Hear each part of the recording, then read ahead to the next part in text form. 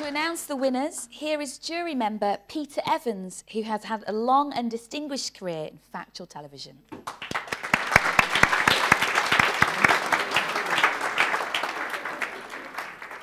It's certainly been a long, as already been mentioned, because it's true that this year's entries really did demonstrate considerable technical and organisational skill. But there's a bit here where I've got to be a bit mean, and Julie's been very mean to some of you already. I suppose the judges did feel that there were occasions when perhaps on a few entries there were some slightly missed opportunities where a little bit of reshaping the material somewhat or pushing an emerging story just that little bit further would have produced even better results, and it's my favourite target. Maybe a little bit of extra input from the tutors would have helped here. But having said that, that sounds terribly mean. But increasingly, it definitely came over that this year you were definitely making the technology work for you a lot better.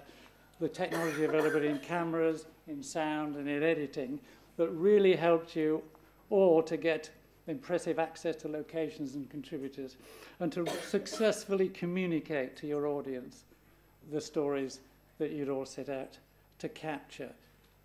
So those are the three we've chosen. To summarise, Piper Alpha came over as a confident and well-constructed documentary which revealed the personal experiences of men who survived the catastrophic Piper Alpha oil rig disaster 30 years ago. And dramatic archive footage of the event was used skillfully and in a restrained way to support and illustrate the remarkable accounts of the contributors. This was a moving and gripping piece of work with a strong narrative arc. First, Old Boys was a rewarding documentary about an amateur brass band in Belfast preparing for a competition. Elegantly shot, sensitively edited, and the music was well recorded.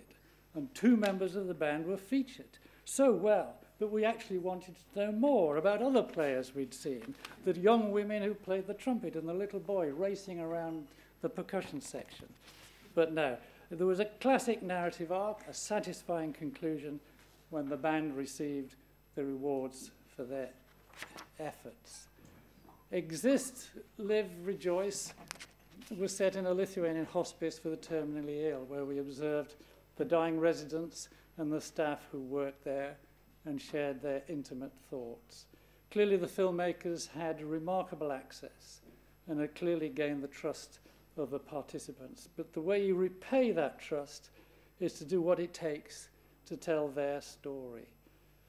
Death and dying is a difficult subject, but here there was no shying away from the realities that the production team wanted to communicate.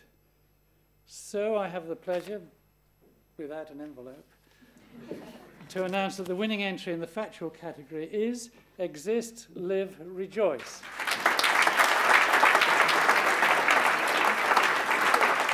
Good.